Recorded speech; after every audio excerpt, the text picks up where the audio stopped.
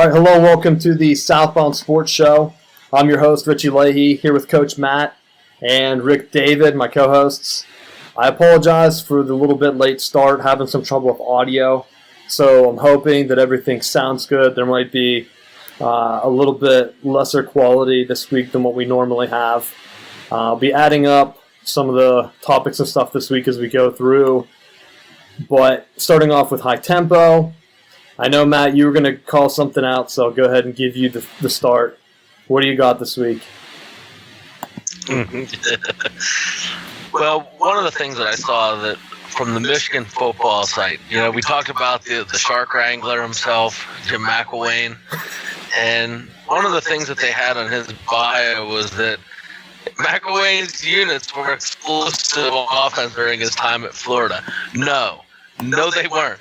The only time they scored points was on special teams and defense. They can't post that fake news saying that he has explosive offenses, unless it was making people sick of watching his offense and not score points, which is why he got fired at Florida to begin with. I'll agree. I called him out earlier for having a lack of, I don't want to say just total offense, but off the board. He really didn't have a lot of things going for him. Yeah, you're right. He scored a lot on defense, and he scored a lot on special teams. And other than that, he was supposed to be an offensive genius coming in. Colorado State, everyone said he was going to get the Florida offensive going, and he didn't.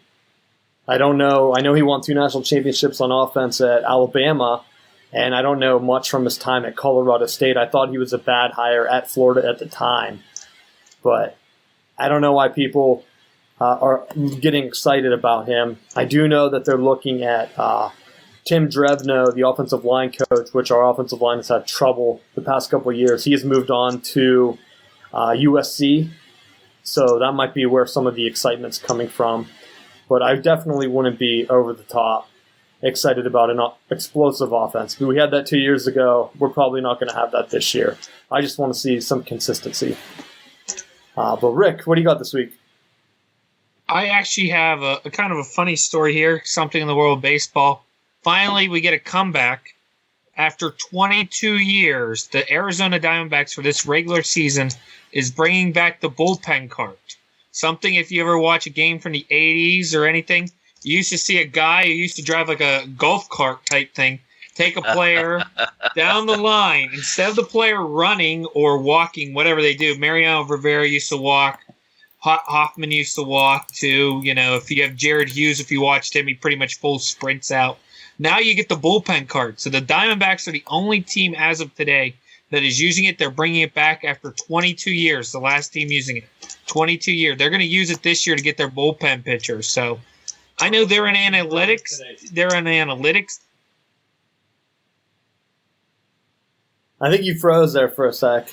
That makes perfect sense.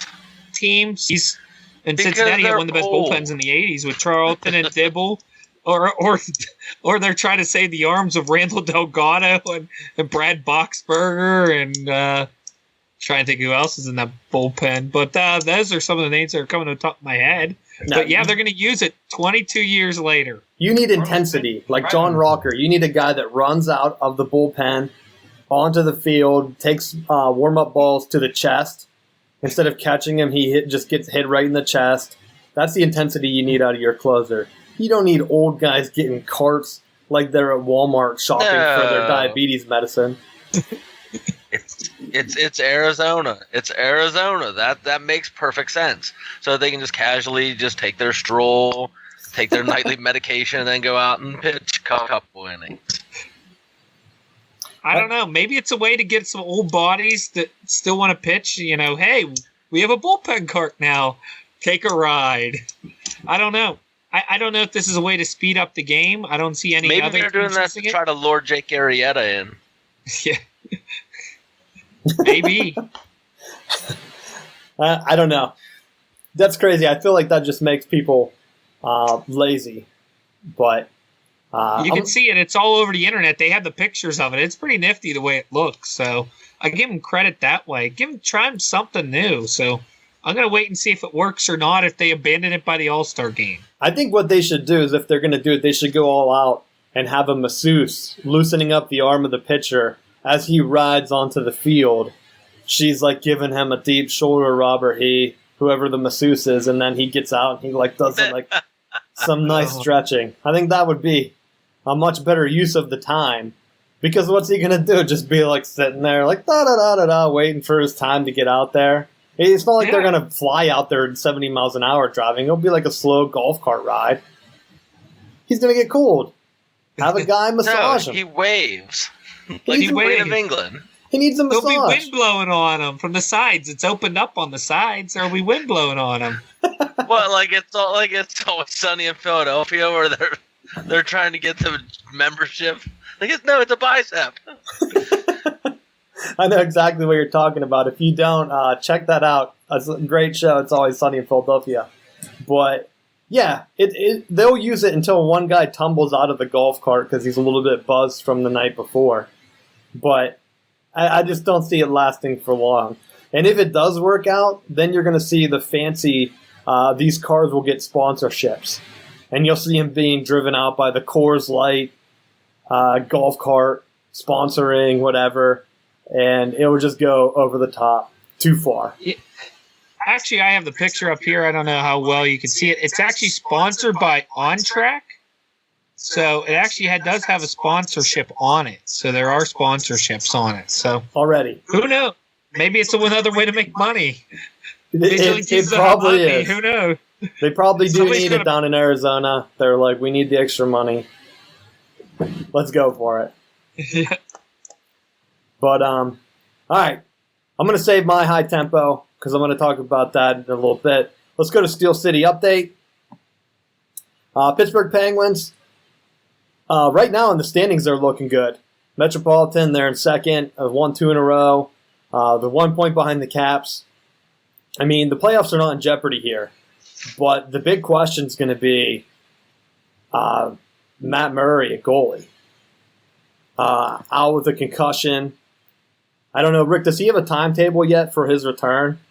He's been skating on his own. So before the morning skates, he's been just doing skating on his own, but he hasn't taken a full practice yet. So, but tomorrow night they're in Philadelphia. Then they go to Saturday night in Toronto. So maybe he's back at one of those 2 games, but no word as of yet. So, and you haven't seen that phantom goalie or whoever being sent to the minors. So he's probably still. I don't think he's going to be in the Philadelphia game. Maybe the Toronto game. Maybe the earliest he'll be back. I say don't even rush him back, but he definitely needs to get some strokes before playoffs. But we need him healthy more than anything. And that's probably their 3 toughest games are right now left in the season, which is at Philly, at Toronto, then Dallas at home. So the next 3 are going to be pretty bad. Probably their bad time because they're such good quality opponents right now. So, but the nice part is you don't see Toronto again. So that's the nice part. Dallas, well, their Western Conference. They're actually the last Western Conference team they play. So it's nice that part. You don't see those 2 teams again for the rest of the season. Yeah, and even if they drop 2 of those games, I don't see them losing all 3. But you're not going to fall far enough that your playoffs are going to be in jeopardy. So get back healthy. I think we definitely need Murray to make a run. And it stings watching Fleury do so good. I knew we were hard on him, predicting that he was going to be pushed out. It happened. And then you have a season like this where it's looking like another deep playoff run. And I really hope it doesn't come down to the second-team goalie after letting him go. Continue with the Steel City update. Go to the Steelers. Basically, right now, everything Steelers, if you look it up, is on the Le'Veon Bell situation. What's going to happen to him in the long term? I'm done with the whole thing. I just can't take it. I would just say that they just need to cut weight at this point, get a better locker room. I don't know what you guys think. Matt, especially, what do you think on that? It's beating the drum of exactly what we've been talking about for a while, where they offered him decent contract. I mean, considering that he's often banged up and missing games for either injury or suspension for drug-related things. I don't know that he's done enough to warrant a super high-value contract, especially when people are like Kansas City are drafting running backs either late or undrafted and getting value out of them. I don't foresee the reason why they should put that kind of money invested in him. This is healthy enough to warrant that kind of money. So I think it's going to go back and forth where he's going to continue fighting it. He said that if they tagged him, he was going to retire. It's time to put up or shut up at this point. So if he doesn't sign it, retire. You said you were going to if they didn't sign the extension. Now the ball's in your court. Yeah, I saw that they're probably gonna throw him the extension, the franchise tag or whatever. I don't know. He's not going to retire. What's going to happen is he's going to have this drama stretch all year and try to force a trade. And I just don't know. Like, do you really need that much drama? Because if he stays, there's been reports that he hasn't been working hard at practice, hasn't been showing up through the pregame walkthroughs, things like that. You can't have a guy that doesn't show up. So at some point, the talent, it's either going to have locker room under control or you're going to take away everyone's talent and say, you're free to do whatever you want. So I don't know what they're going to do at this point. Getting into the Pirates here, and we'll get into the NFL here at the end of the show. We're going to end with the NFL Combine. But the Pittsburgh Pirates, I reached out to quite a few people over the weekend to try to get some vibes just from casual fans, because I know some of the diehards, that they're down on the season, and I couldn't find one person that was excited to go to a Pirates game. And to me, that's just the worst start of a season that you could have. And I don't know what they can do to get people excited whenever you're not invested in the team. A lot of the comments coming from players are that they want to be somewhere that they want to win. And if you don't want to win, then trade me.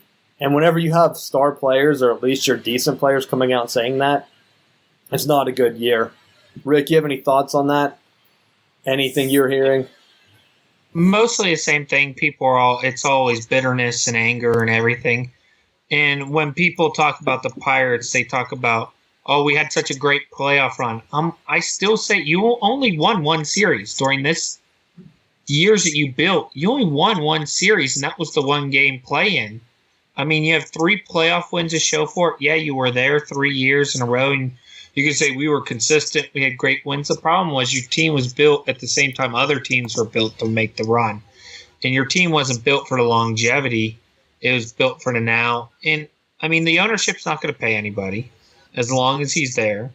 I mean, there's still that one slot license. Maybe he gets it, maybe he doesn't. But, I mean, this team really is built around saving money and getting most bang for the buck. And as long as it's doing that, that's what it's going to do. And the Cubs are a better team always right now. Cardinals can grow minor leaguers. Pirates can grow minor leaguers together, but they can't keep them, or there's something happening or something along those lines. I don't think Neil Huntington's a good GM. I don't think Clint Hurdle is a good coach. Clint Hurdle, he wears out his welcome. Look at him. Look at Colorado. He went to a World Series, lost in 4 games, and what was it, 4 or 5 years later, he was fired. I mean, that team got tired of the same old message. And, I mean, a lot of those guys were there, when he left, too. So, I don't know. It's just, I think people get tired of the same old message. I think Clint Hurdle talks above people and thinks he's too much of a guru, and I think that's a problem because people can see through it. Jeff Branson's not a good hitting coach. And Ray Surge, people are – I think people are down on him because they're looking at the pitching staff went down under him. It went up and went down. I mean, Glasnow can't pitch. Taillon's looking good. Garrett Cole was a home run machine last year. He led the league in home runs given up. So, I mean, a lot of different things. So, I don't know. I don't see Pirates doing good. I don't think most fans see them doing good. But guess what? People are still going to show up to the ballpark. They always will. And I love the people who say, I'm never going to go back since they got rid of McCutchen. We'll see you back in 5 years when this crop of minor leaguers are in Double-A runs the whole way up. We'll wait and see. Or what will happen is they'll show up wearing their McCutcheon jersey. Because the Giants come to town. Yeah. Yeah, Giants coming to town, that's another good one. Everyone will have their kids there. He's my kid's favorite player. He'll be a sold-out crowd. He'll come out and do his hat wave, and that will be it. It just, I don't know. Is there any report on when MLB's gonna have that review for the teams like the Pirates that aren't spending any money, just hoarding? It's going to be like the NCAA investigation. We'll hear about it in like 5 years, and it will just kind of be brushed under the rug. They'll be like, maybe people will forget about it by now. Because that's what's going to happen. The other big clubs, they need the Pirates and the Marlins to be feeder systems for them. Because let's be honest, the minor league system doesn't really work on the grand scale. It's kind of good for like getting reps and getting some guys for injury rehab. But, I mean, overall, you're not going to be able to see that type of fastball in the minors that you're going to see in the majors. Like the big news, people were saying, because all the spring training news is about Tim Tebow. Well, Tebow faced, who was it, Max Scherzer or whoever? Yeah. Couldn't even touch his fastball. Wasn't even close. So you're going to have some of these teams, and I think it's kind of set up that way, where the small market teams with the no salary cap feed into the bigger teams, and you can take a chance on a guy. And like they won't take a chance on Tebow, but I think of some of like the early Marlins, like the Edgar Renterias, and guys that are coming out of like the Moises Alou, some of the guys like that were coming up, and you're playing for a spot on a bigger squad and a contract, and that's what happens at these smaller teams. I don't think it will change unless they go to a salary cap, and I don't think they'll ever do that. I don't see that happening in my lifetime. Yeah, I don't want not to be negative, but I just think that's where it's going to stay. And the smaller market clubs, you have a chance at one run probably every decade. That's where, looking through the stats, I've been doing a research project for the past couple of years, which I'll be rolling on Southbound Sports eventually. But it's just that's what I'm looking at going back through the data through the years. Every team has at least one good run. Most of them end in the conference championship. Sometimes you get lucky like the Marlins where you win it twice within 20 years. So, But you look at the Rockies; they haven't been back since Hurdle was a manager. I think they've only been back to the playoffs once since that time frame. I think that goes against your Clint Hurdle theory, then, Rick. Sounds like Hurdle was the magic piece. No, Todd Helton and Larry Walker are your two magical pieces. Those two guys in their prime. I don't know. Hall of Fame voters are saying Larry Walker wasn't doing anything. He only had the course field help. Yeah, but think about. I agree with that theory, and that's probably what's going to keep Todd Helton out too. But Todd Helton had a good batting. Todd Helton's issue was he went to Tennessee, but it was only like a 280 on the road. No, Rick, Todd Helton went to Tennessee. He was a life champion. You're cutting out, but he was a life champion. Life champions don't make the Hall of Fame. All right. I mean, if you have the right prospects at the right time, you can make a big run.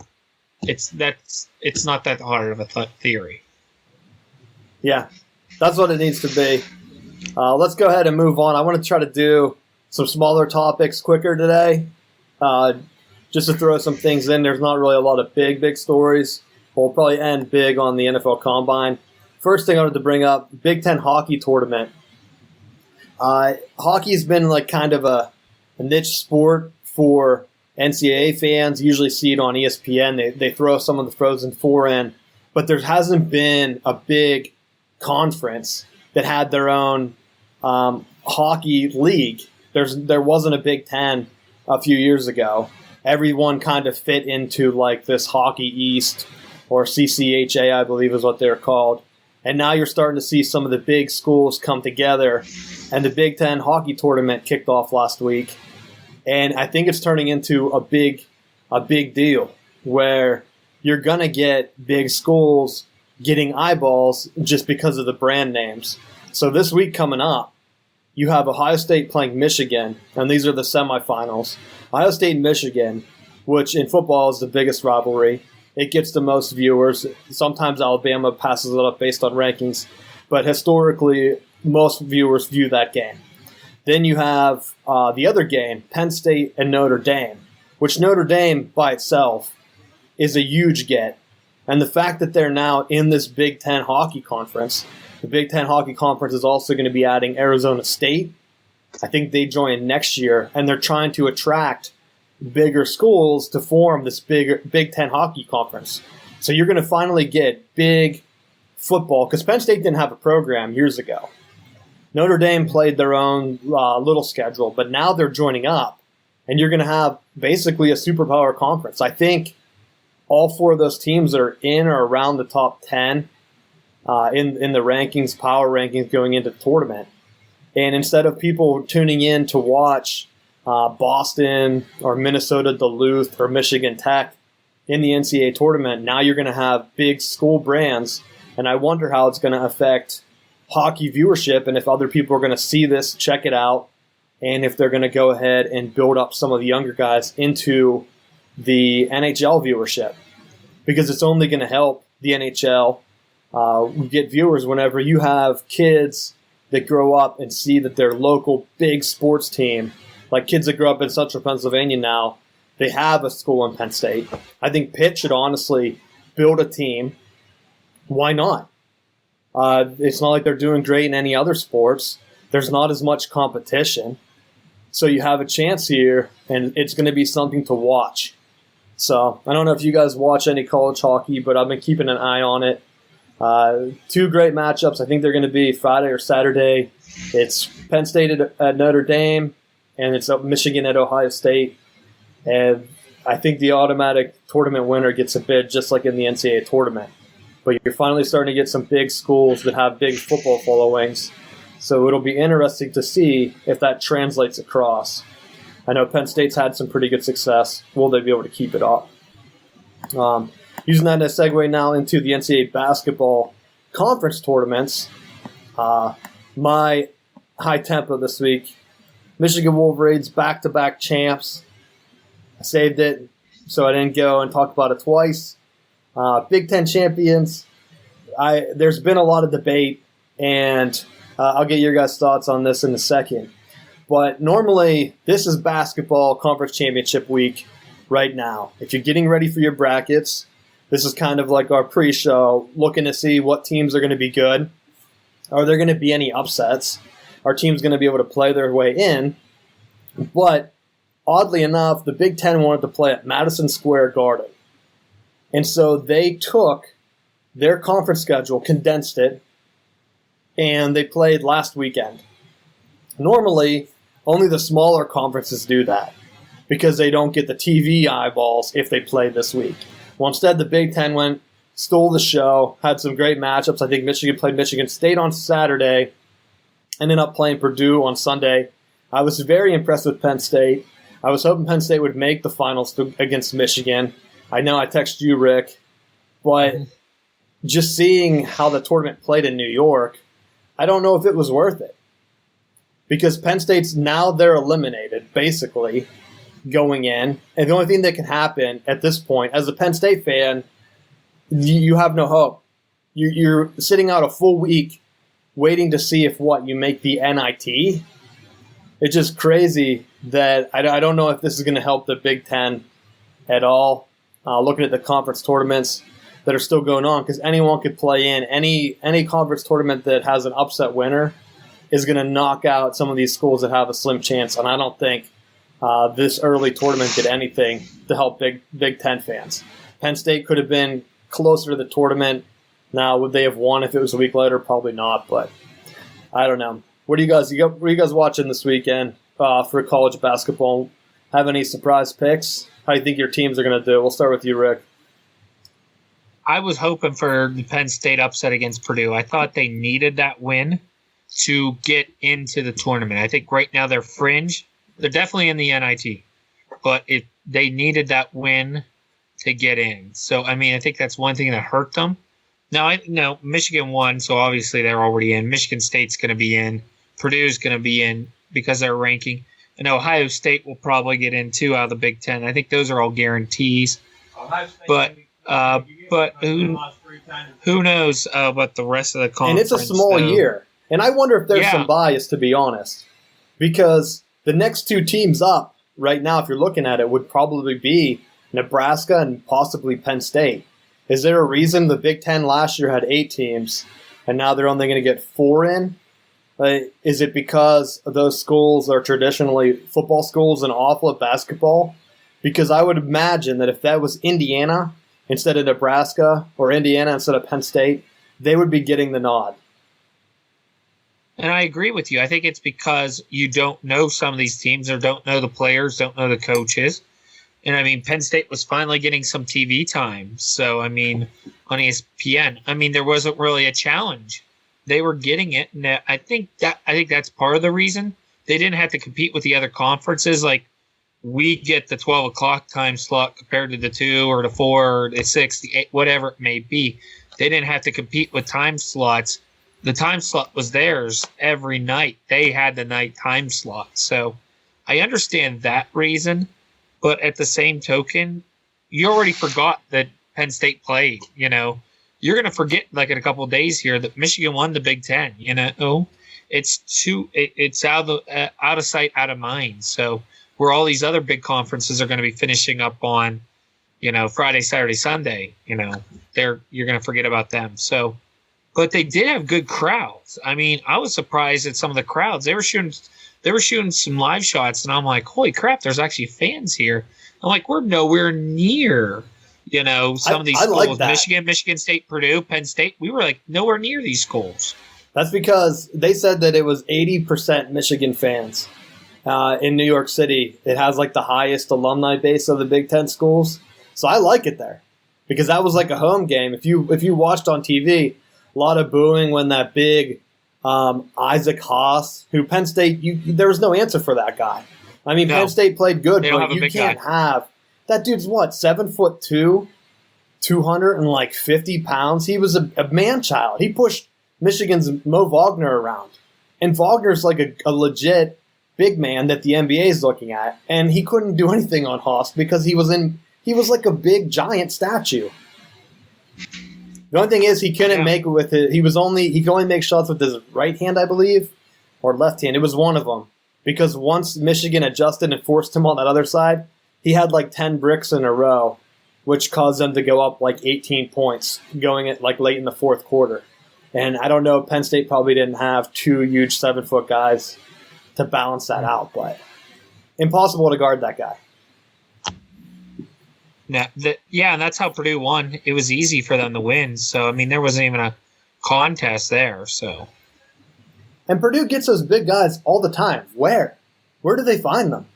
They had another guy on the bench that was like 7'2".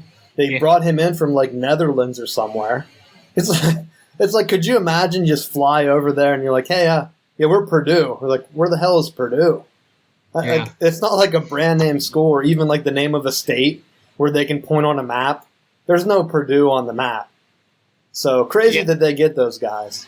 Yeah, Penn State had a guy about 4 or 5 years ago that was over 7 foot. I mean, the guy was a stiff. And later in life, he was a Chewbacca in one of the movies, if you look him up. He played Chewbacca in, I think, two Star Wars ago movies. He was Chewbacca. So look it up. So, yeah. That's funny. But yep. Penn State should put that on their basketball notable alumni page. It actually is. It actually is in the media guide, I believe, still. That he was one of their famous because he became an actor later in life. So nice. That's funny. Matt, ACC tournament, you think Florida State has a chance? I would like to think that they have a chance, but realistically, no. They don't. When you're dealing with the schools in your area, with the Dukes and the Carolinas, they don't. Just like when you hit the tournament, you may think, oh, someone from the Big Ten can be competitive. Nope. It's running right through the ACC country. Every year, it's like, no, Duke's not going to win. Carolina's not going to win, and guess what they do? They mow right through. You know, just like when we talk college football, we look at Alabama doesn't deserve to be in, and what do? Mow through everyone. When you look at the Parade All-Americans, it's littered through those programs. There's no reason they should lose a game. I mean, when they have – I think the thing that helps those programs down the line is you start to get into the depth issues, that maybe a team can put in a good starting five, but then when you start hitting the bench, teams that are playing on Duke's, 7, 8, 9 spots – could probably be legit starters at any other program, but because they're choosing to go to one of those two programs, they got to sit on the bench. So I mean, I think that's where it's going to help them in the long run, and probably set up for deep playoff runs for them. Yeah, I agree. The depth is a big factor in March. Now, you don't need it to pull off an upset or two, but even just in the conference tournament, because we can point to the Big Ten tournament, Penn State had enough depth to make it through. Rutgers even had depth against some of the lower teams. I was hoping for a Rutgers-Penn State matchup, but once you get against Purdue, who has two lines of 7-foot dudes, just giant beasts out there, you might be able to get him close whenever he's tired out, but when they put in that second guy, it's over. And so some of these bigger schools, they always have it. And that's why I don't think anything will happen really with that NCAA investigation. They were already talking about it during the Big Ten tournament. The announcer called it an unfortunate event, and he was saying that how some big name coaches, it was unfortunate that they had to go through this. Basically, I think he was talking about Tom Izzo. I think it was on Saturday, because Tom Izzo came out at halftime, once again didn't make any adjustments.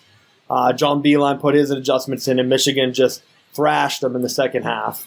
Both times they played Michigan State this year, double-digit losses for Michigan State. So there's realistically no reason Michigan State should be seeded ahead of Michigan. But immediately once that game was over, Tom Izzo and media were making excuses about it. And, they have better depth. They have better depth. Well, it hasn't shown. And I know they're going to get seeded higher. And they'll probably end up making the Sweet 16 or Elite 8 because they do have better depth than most schools. So if you're able to get seeded higher, you have a better chance to move on. And I think that's where this coming week, if you're watching teams, keep an eye on your smaller conferences like your Gonzagas, your Xaviers, your Cincinnatis. See who's ahead of them. And if you want those schools to do well, hope that some of these bigger names are bounced earlier in their conference tourneys. So root against the Dukes. We already know Michigan State didn't win, so they were ranked in the top 10, I think. Cheer against Arizona, which I don't even know what's going on with their situation. They are not going to fire their coach. He might not have been in the FBI thing. ESPN reporting is looking bad on that. It's just crazy. Like, they could have ruined a guy's reputation. I don't even know what they're going to do. But that's what, if you're going to root, this is your cheering guide. If you want the little guys, if you want a Cinderella tournament, pray that the Gonzagas and Xaviers and Cincinnatis eat up those 1 and 2 seeds because they don't have the depth to compete against the Dukes and UNCs if they have to go through 2 or 3 rounds of extra hard teams because they get seeded lower. Because if you're like a 4 or 5 seed, that's who you're going to end up playing, another 4 or 5 seed, where if you're 1, you're playing an 8 in that round. So there's a pretty big drop-off. So that's my cheer guide for this week's conference tournaments. Cheer against the big guys. Cheer for some upsets here in Raleigh. I'm hoping NC State can make a run, but who do they play? They play whoever on Wednesday. But just them getting in, some of the ACC schools, I'm not even sure how the seeding works because NC State right now is a 5 seed in the ACC tournament. Legitimately, people are saying they don't have a chance to make the NCAA tournament unless they go on a run and go all the way to the championship. But I would assume Florida State has a chance if they were ranked in the top 25, even though they're seeded lower. So I'm not really sure what I think Florida State has a chance to make the tournament. I think their shot is legit right now because of the teams that they've won. But I think what's frustrating is it I had flashbacks to football season where you win games and then for no reason you just lay an egg for no reason at all. And so maybe not really want to watch a whole lot of basketball, but they're a team that going into to tournament time, they could blow the doors off the tournament if they get hot and they start knocking down shots like they did at certain parts of the year. Yeah, makes it interesting. And that's where this is going to be a good tournament to watch. The ACC is probably the one to watch this year or this week. I mean, some of the SEC ones, I think the SEC is a paper tiger. People have Auburn up real high and Tennessee, but I just don't see them winning once you see which game was on. It was Florida and Kentucky, I think, before the Big Ten tournament started on Saturday.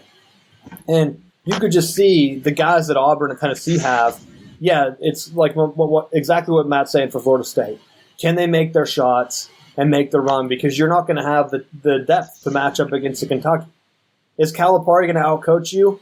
No. I don't think I've ever seen Calipari outcoach someone. So what's going to win it for him? Talent. And that's kind of what you need. You kind of need to have luck on your side. Anything else you guys want to add on this before we move on? Nope. All right. I wanted to mention quick before I forgot, so I wanted to add it to the docket. Major League Soccer, there's going to be a relocation lawsuit, which kind of touches on the NFL. So in the 1990s, I think it was 1996, the Cleveland Browns packed up and moved to Baltimore to become the Ravens. And so the state of Ohio put in a law against it that said if you take state money, and I didn't read the whole lawsuit, so this is paraphrasing based on the early reports.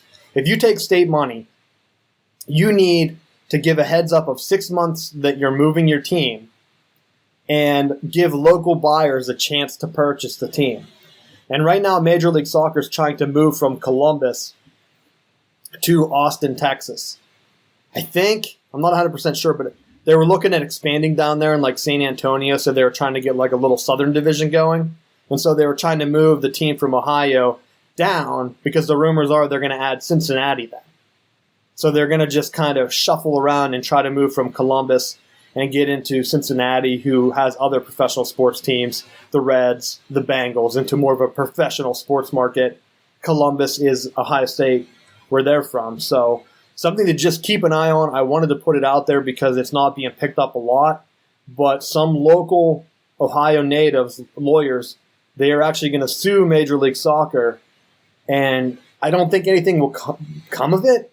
Can you really sue a private business not to move? I'm not sure how the tax dollars worked, but I think a better law would have been to have them, if they took the tax money and they moved within a certain time period, because I think it's a relatively new franchise, they should have had to pay the money back to the city, which would probably be the only thing that's going to come out of this.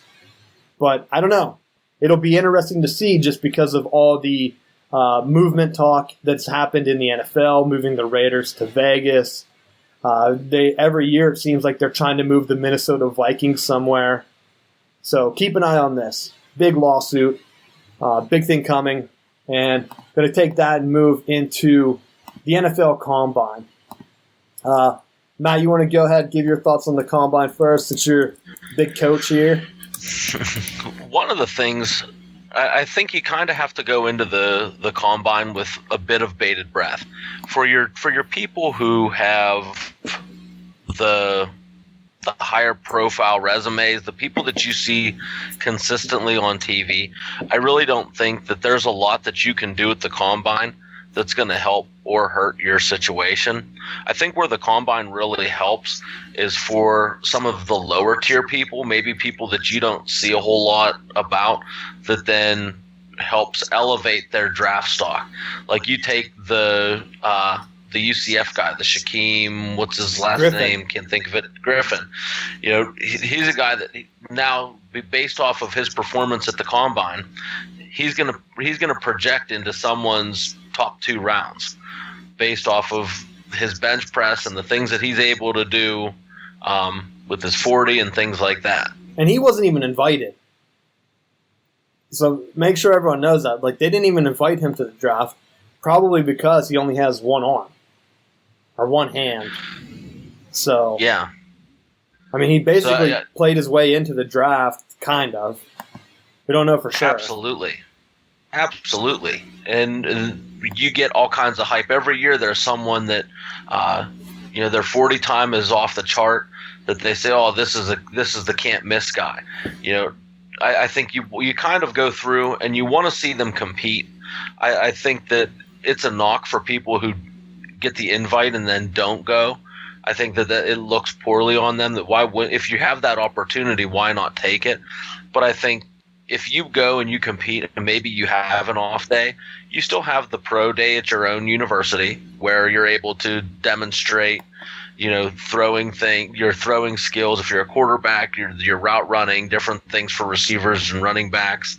You can still do all those skill drills with your home coaches and home people there doing it. So it doesn't completely eliminate you from contention, but definitely it can help you if you're someone that is on the bubble of are you going to get drafted or not. You can definitely help your stock in a big way by having a good outing at the combine. Yeah, I wanted to touch on Shaquem Griffin too, because he was a guy that I was aware of because Michigan played UCF 2 years ago. Michigan won by a wide margin, but Scott Frost, Nebraska's new coach, then at UCF, came out and said that they out-hit Michigan, and he made a big statement. But I remember Harbaugh bringing up Griffin as a point to say, like, this kid, he played great. He did something special out here. And that was against a Michigan team that had, like, 11 draft picks that year. And he was out making plays. The one knock that's going to be on him is he only has one hand. I mean, he's fast as hell. That's, like, the fastest linebacker time in over a decade, a 4.3 40. Wide receivers usually run that. And I think the biggest knock on him is he going to be able to wrap up at the linebacker level? And to be honest, I could see him projecting as a safety, a strong safety. The rumors coming out, and one of the reasons I'm glad Matt brought him up, are the Steelers have been looking at him. Steelers need speed in the secondary. They need some type of help. Ryan Shazier's out. He's not going to be back next year. He brought speed to the linebackers core for the Steelers. You could get Griffin, have him fill in. And to be honest, I don't think teams are going to take a gamble at him in the first 2 rounds. So look for the Steelers to nab him middle to late of the draft. I would be shocked, and this isn't a knock on him. He's a great player. He tested well, but I just don't see teams taking gambles. There's a reason he wasn't invited to the combine, and the combine only does so much for your stock. At some point, the old NFL things are going to creep back in, where they run the same systems and they do the same exact thing every year. There's been no player drafted in the modern era that had any disability like this or major injury, thing like that. So that's what I'd keep an eye on. Some other things Matt mentioned about people not going to the combine. Prayers out to Michigan's Mo Hurst, defensive tackle. I think Pro Football Focus had him rated as the best defensive tackle last year. Went to the combine, went through the physical tests, and they noticed something with his heart. So he wasn't actually able to even participate in the combine. The University of Michigan came out and said that they did know about it and they deemed it minor, and he was able to play at Michigan. So I've heard that he's going to do a pro day at Michigan's pro day, and hopefully everything's figured out for him by then, because I would hate for that to be a way to end a career for basically one of the best D tackles last year in all of college football. Who else happened? Dude, Ohio State center Billy Price tore a pec muscle. Right before the show, I was digging into this a little bit. It turns out it might be just a minor injury, but he tore it on the bench press. And, I mean, that's because you're using something, they argue about this every year. Does the bench press even mean anything? And is it going to translate into football? It's kind of like they just picked a couple different events to kind of see what's your athleticism. Are you going to work and see how hard you can train up? Because some guys don't even train. So the guys that are practicing for this combine, they're going to perform better. So sad to see someone get hurt like that at the combine, basically a non-contact injury. So hopefully he wasn't overstressed on that. Rick, you have anything from the combine? Did you watch anything? I watched it and it put me to sleep most of the time because it's so boring and Rich Eisen's voice is so annoying. Second off, I think Barkley just played himself in the first overall pick. I think Cleveland's going to do something a little bit different. They're going to take Barkley with the first pick, and then when they go a little bit later in the first round, I think that's when they're going to go the quarterback. So I think they're going to wait on it because there are a couple first-round quarterbacks. Well, those even though I don't think awful. any of them are good. The Browns don't need a quarterback and a running back. They need a defense. Well, they lost Crowell. They're going to lose him in free agency because he ain't coming back there. It doesn't matter. You can't score, you can't defend, you can't win. Well, Deshaun Kaiser is definitely not a starting quarterback. He's a backup quarterback to a third-string quarterback. Well, did you hear? Go and get him. Did you hear the rumors where they might do something with Cousins to try to get rid of that first overall pick? I heard that. Yeah, I don't know if they can flip it for Cousins exactly, but I think that would be the better move than gambling on another rookie quarterback. Now, would he end up there and be willing to sign long term? That's like just, whew. That's so risky on his part that I don't even know. Matt, did you hear that? I did hear it, and I look at Cleveland's situation with Todd Haley coming in as the OC to pick up Barkley. You have your comparison Le'Veon Bell-esque type running back. You go a little while, you drop a couple picks, and if he's there, and you're able to take Josh Allen, who was showing 70-yard passes during the combine, what quarterback that wears black and gold that just drops back and just throws bombs might he draw comparisons to? Cordell Stewart. There you go. So, but he had, to me, when watching him throw the deep ball the way that he did, it's prototypical of the way that Ben Roethlisberger operated Pittsburgh's offense. The same one that drove Yinzer fans crazy and led Pittsburgh to have one of the top offenses year in, year out, is now in a division rival. So you get your running back, if it's possible to take him, because of all the quarterbacks, I've said before, this is the one I'm highest on, and seeing his performance at the Combine, I think it was a very strong, impressive display. Being able to throw the ball, that well on that level of stage, it could really prove to be something good for them. Agreed. And now you look, everybody's bragging up Josh Rosen's performance. He just played himself probably into the number one quarterback drafted. So, I mean, you could have Allen drop a little bit, and he could end up with the other Cleveland Browns pick. I've seen Rosen. He came out and was like blaming the media for just being negative on him. But it was some of his demeanor at college, some of his interviews and stuff that happened. That's the reason. Absolutely. The media just doesn't get down on a guy. I mean, there has to be some way you rub him. Like, if I'm going to be tough on a guy, unless I personally know him, I'm not going to do, like, the character attacks that they were doing on Rosen. And for no reason. Because he came out, he was brash, he was disrespectful, didn't prepare as well as he should have. And to be honest, he didn't win. Like, what about that would you want in the overall number one pick? It's just crazy that they would even take him over Allen or anyone else. I'd be surprised if Rosen goes high, and if he does, he's not going to be successful. That's a worse pick than Mitch Trubisky last year, to be honest. Well, I'll even go this far. Sam Darnold. How are they projecting him to be the number one quarterback? He's not. He's awful too.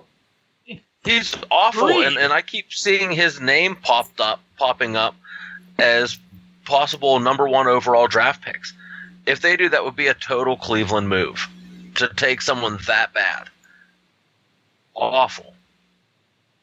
What I want Cleveland to do, and I know this goes against it, we're like turning this into a pro-Cleveland weird podcast, but I would rather have them try to move down a little bit. Trade, let someone get one of these big quarterbacks, whatever. And what they should do is draft Bradley Chubb from NC State right here. He's a trash talker. He's projected to be one of the top defensive linemen. Go ahead, draft him. You have who? Myles Garrett? Is that who they have on the other side? Could you imagine a defense with those two guys? You have other athletes like Jabril Peppers back there. Just a crazy. Get your defense to be highly athletic. Have them be scary. Could you imagine like how much of their pass rush would be through the roof? It reminds me of when the Texans took Clowney. At first, it didn't really work out as well. But whenever J.J. Watt started to turn it on, guess what? Their defense turned awesome because they had two guys, and you can't just sit there and double-team J.J. Watt. So if you get Chubb, the people aren't going to be able to double-team Garrett, and it doesn't matter if one guy's going to get better stats. But if you have two beasts out there on the defensive line, good thing will happen. It's what I, honestly, to be honest, as a Steelers fan, I don't want that to happen. And with the Cleveland front office, I'm confident that they won't make a move like that. I'd rather face Barkley with a crap offensive line because you saw how well that helped him at Penn State in big games. Not very much. So, just go ahead. Do it, Cleveland. Draft him. I think what would be scary is if Barkley ended up at a team with a good offensive line, like somewhere I don't even know. Like the Cowboys won't draft him. They had an offensive line, but could you imagine him coming in as rookie year with the line that Ezekiel Elliott had? Because he's that good, and he's a better pass catcher. He's better out in open space than Zeke was. So, yeah. Rick, where do you think he would end up? Where do you think the best spot for him would be? I don't see him going past the top three. You know, you look at Browns, they could use a running back. Giants were awful running the ball last year. I mean, they got the number 2 pick, and the number 3 pick is the Colts. The Colts are not going to bring back Frank Gore, 35, 34? Somewhere in there. He's old. He's like middle 30s. So, in running back terms, he is old. He's our age, but he's old in running back terms. He's middle-aged for a kicker, but really old. I mean, I would say I'd like to see him go to Giants even. His family's from that area. I mean, I think he would do good there. And I think Eli could take some of the pressure off. I mean, when the Giants were winning Super Bowls, they didn't have a great running game. They had 2 good ones. I think that was where he would be scary. You're right. If he had Eli or even the Colts with Andrew Luck, if he gets the quarterback that's smart enough to check down in the flats, that's where he's dangerous. Yeah, and I think those would be 2 better spots for him. And I think that would open up the Giants' passing game more because they do have some good weapons on the side. I mean, between tight end Ingram, they have Beckham.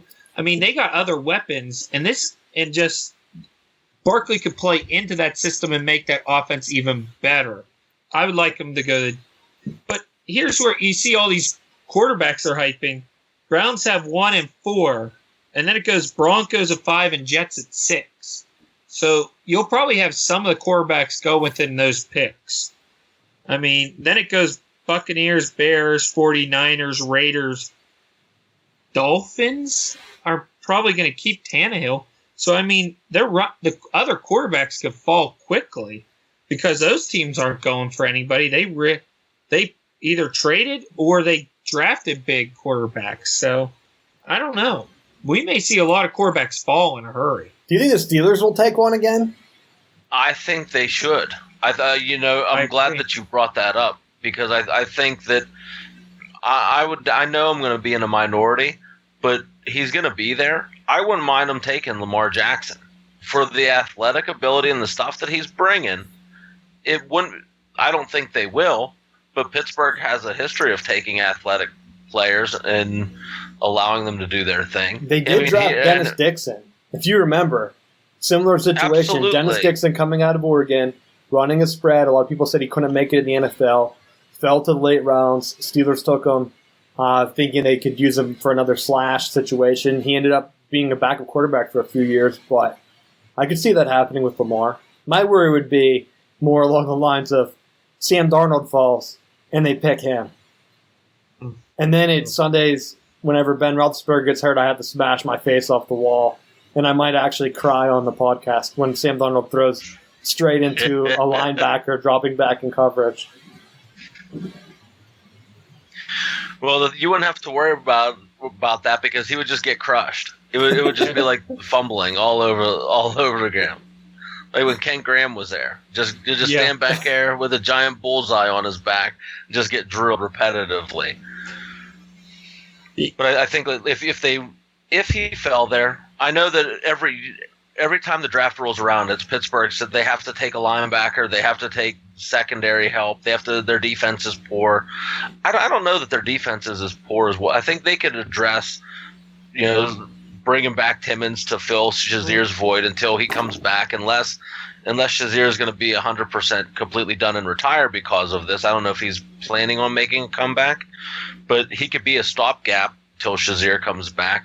There's still some other options free agency-wise that might be better suited for them to try to fill some players.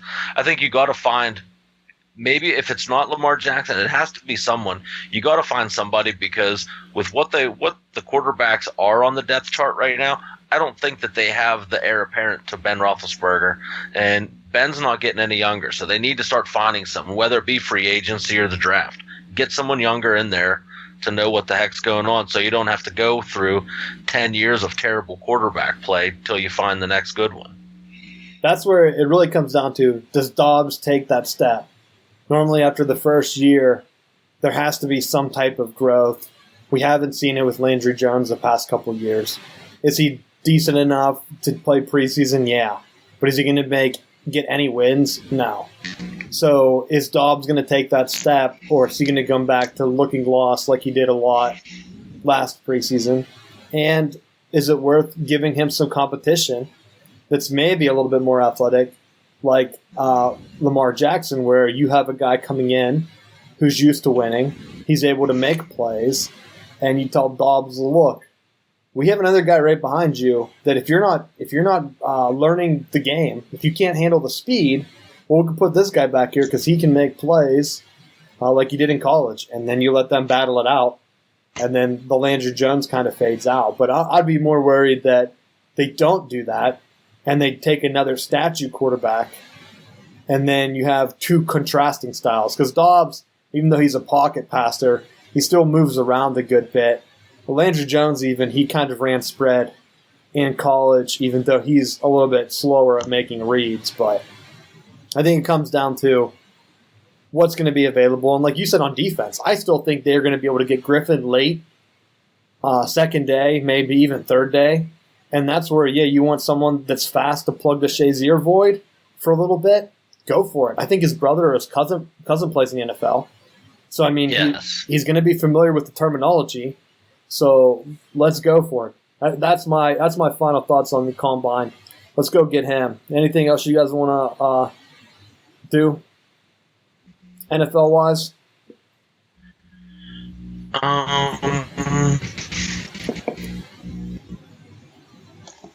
Nothing I can think of at this time. Ed Hockley retired. Did want to bring that up. About time. He was awful. Everybody talked more about his muscles than how he blew calls. He was awesome. He was terrible. Wait. He blew calls nonstop. What we didn't hear is that he only retired from the NFL. You know why he's good? Because you knew his name.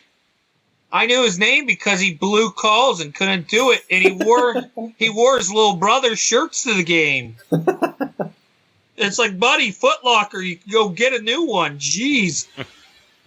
Oh my God! He shrunk his shirts on purpose so you could see his muscles. But he was one of the few referees that you knew that even if you really didn't watch a lot, you knew Ed Hockley. He commanded respect, Rick, and when he's in the XFL in 2 years, referees. He's going to be in the First XFL. Down, my muscles. First down, I have muscles. He's a lawyer in real life. Look it up. He's a lawyer in Arizona.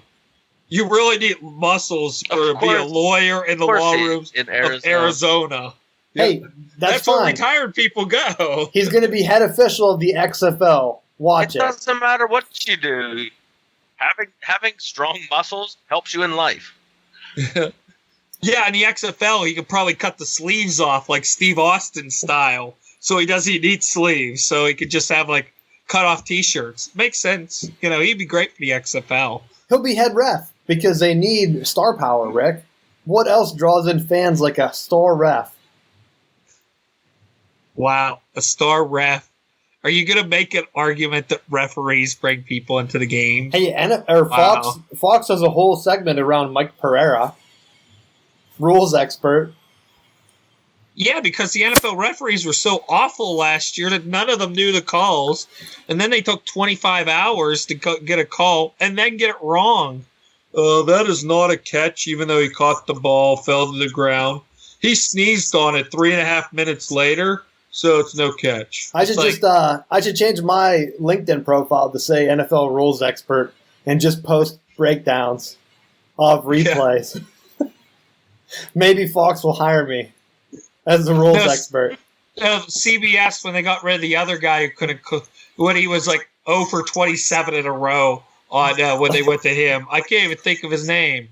They'll say, we searched for rules experts, only your name came up. I'll be like, yeah, I'm the only one. But, all right. We can end it with that. We'll go around the horn. Any final thoughts? Start with you, Rick. Not that we got a great time in sports coming up. We got NHL regular season ending here. We're in the middle of spring training. We got college basketball, both championships.